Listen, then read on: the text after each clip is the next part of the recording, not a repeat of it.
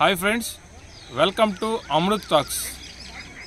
మొట్టమొదటి మన ఛానల్ పెట్టిన కొత్తలో పెట్టిన వీడియో సమాచార హక్కు చట్టం। ఈ రోజు దానిలో ప్రజలు ఎదుర్కొంటున్నటువంటి మరో ప్రధాన సమస్య మీద మీ అందరి అవగాహన కోసం మరొక వీడియో। हमारा पैसा है हमारा हिसाब है, మా లెక్కలు మాకు తెలియాలని చెప్పి అరుణారాయ్ గారు చేసినటువంటి మహా పోరాట ఫలితమే ఈ సమాచార హక్కు చట్టం 2005।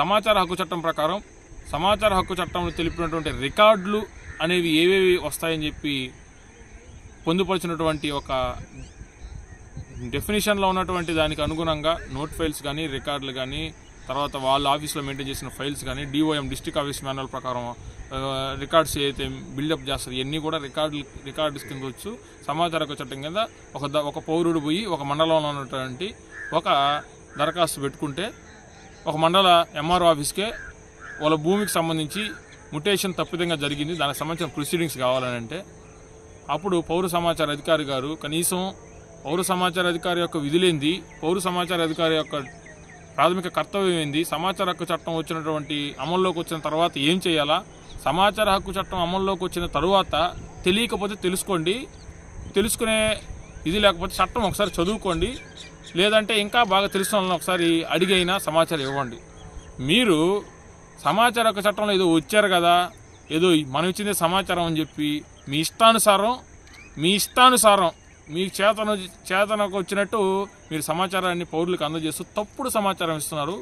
మీరు గుర్తుంచుకోవాల్సిందంటే గతంలో భారతీయ శిక్షా స్మృతి, ప్రస్తుతం భారతీయ న్యాయ సంహిత దీని ప్రకారం తప్పుడు సమాచారం ఇవ్వడం కూడా నేరం అవుతుందనేది కూడా మీరు ఒకసారి గుర్తుంచుకోవాలి। ఎందుకంటే సమాచార హక్కు చట్టం పని లేకో, సమాచార హక్కు చట్టం కింద ఏం అవసరం లేకో, సమాచార హక్కు చట్టం కింద ఏదో కాలయాపన కోసం దరఖాస్తు పెట్టరండి। మీరు చేసే అవినీతి, మీరు చేసే దురక్రమణలు, మీరు చేసే అక్రమాలు, మీరు చేసే ప్రజాధనం దుర్వినియోగం, వీటన్నిటి మీద సమాచారం తెలుసుకోవడం కోసమే సమాచార హక్కు చట్టం కింద దరఖాస్తు పెడతారు।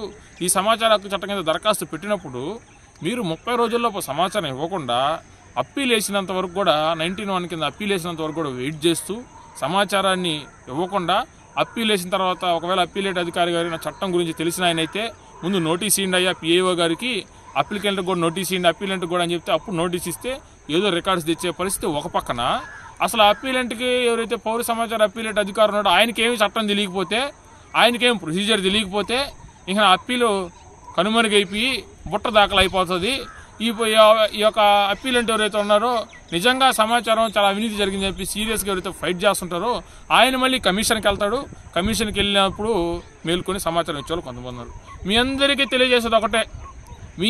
తెలియజేసేది ఏంటంటే సమాచార హక్కు చట్టం అమల్లోకి వచ్చిన 100 రోజుల్లోపు 4(1)B రిజిస్టర్ ప్రకారం మీ కార్యాలయం పేరు, మీ కార్యాలయంలో పనిచేస్తున్న ఉద్యోగుల పేర్లు, వాళ్ళు తీసుకున్న జీతభత్యాల వివరాలు, వాళ్ళ యొక్క విధులు, వీటన్నిటి కూడా 17 కాలం రిజిస్టర్ అనేది ఒకటి మెయింటైన్ చేయాలి। తెలియకపోతే తెలుసుకోండి, తెలుసుకున్నా అడగండి। అలా కాకుండా కొన్ని మంది అధికారులు సమాచార హక్కు చట్టం ప్రకారం మీ కార్యాలయం నిర్వహించే 4(1)B రిజిస్టర్ కానీ అదేవిధంగా కొంత సమాచారం ఉన్నప్పుడు మా సమాచారం లభ్యంగా లేదు, మా సమాచారం అందుబాటులో లేదు, సమాచారం పోయిందని చెప్తున్నారు। మీ అందరిని అడిగేది ఒకటే ఒక పౌరుడిగా, సమాచారం అంటే ఈరోజు క్రియేట్ చేసేది కాదండి।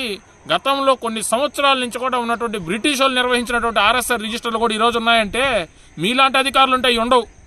మీలాంటి అధికారులు కానీ ఉంటే ఇప్పుడు ప్రస్తుతం కొంతమంది ఎవరైతే అధికారులు అవినీతి అక్రమాలకు పాల్పడిన అధికారులు ఉన్నారో మీరుంటే ఇలాంటివి ఉండవు।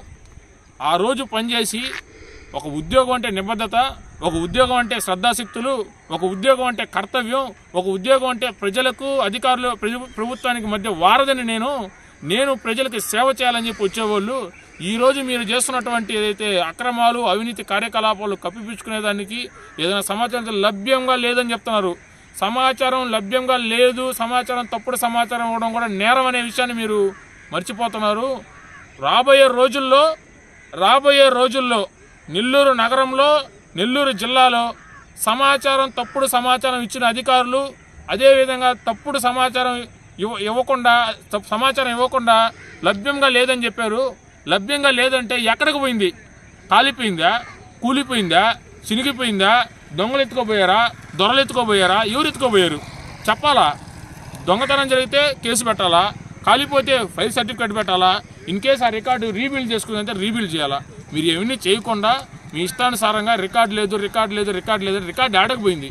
ఎన్ని విషయాలన్నీ కూడా మీరు ఒకసారి తెలియకపోతే పబ్లిక్ రికార్డ్స్ యాక్ట్ 1993ని, సమాచార హక్కు చట్టం రికార్డులు అనే పదాన్ని, అదేవిధంగా గౌరవ సమాచార హక్కు కమిషన్ ఇచ్చిన తీర్పుల్ని ఒకసారి చదువుకోండి.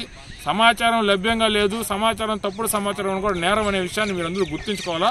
రానున్న రోజుల్లో ఖచ్చితంగా మా యొక్క పోరాటం తప్పుడు సమాచారం ఇచ్చి, తప్పుడు నివేదికలు అందించి, సమాచారం లభ్యంగా లేదని చెప్పి రికార్డ్స్ మెయింటైన్ చేయకపోవడం కూడా తప్పిదంగానే ఉంది. అదేవిధంగా వాళ్ళందరి మీద కూడా CCA రూల్స్ 1964లోని రూల్ 3 ప్రకారం వీళ్ళకి ఉద్యోగం పట్ల నిబద్ధత లేదు, వీళ్ళకి ఉద్యోగం పట్ల శ్రద్ధాశక్తులు లేవు, వీళ్ళకి ఉద్యోగం పట్ల ఎటువంటి బాధ్యత లేదు, వీళ్ళని వెంటనే విధుల నుంచి తొలగించాలా. వీళ్ళు కానీ విధుల్లో ఉంటే ఖచ్చితంగా ప్రజలకి, ప్రభుత్వానికి భయంకరమైన నష్టం జరుగుతుందని చెప్పి కూడా వాళ్ళందరి మీద కూడా ఖచ్చితంగా పోరాటం చేస్తాం. ఒక పక్కన కొంతమంది అవినీతి అధికారుల మీద పోరాటం చేస్తూనే ఉన్నాం. మా ఆయుధం మేము పోరాటం. అవినీతి అధికారులు, అక్రమం చేసిన అధికారులు, తప్పుడు సమాచారం ఇచ్చిన అధికారులు ఎవరిని వదిలిపెట్టం. చట్టం దృష్టిలో మీ అందరూ కూడా శిక్ష పడేంత వరకు కూడా మేమందరం కూడా పోరాటం చేస్తాం. మేము తెలియజేసేది ఒకటే, సమాచార హక్కు చట్టం గురించి తెలుసుకోండి.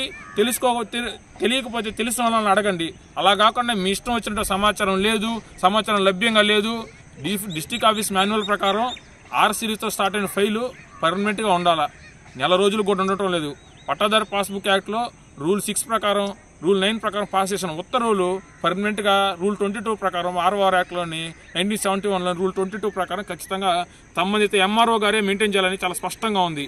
రికార్డులు నెల తర్వాత మ్యుటేషన్ చేసిన తర్వాత మీ వెనకాల ఏం జరుగుతున్నాయో తెలియదు కానీ రికార్డులు ఆఫీసులో ఉండట్లేదు. వీళ్ళందరి మీద కూడా రికార్డు సరిగా మెయింటైన్ చేయనందుకు కూడా వీళ్ళందరి మీద CCL వరకు ఫిర్యాదు చేస్తాం. వీళ్ళందరి మీద వేటు పడేంత వరకు కూడా మా యొక్క పోరాటం ఆగదు.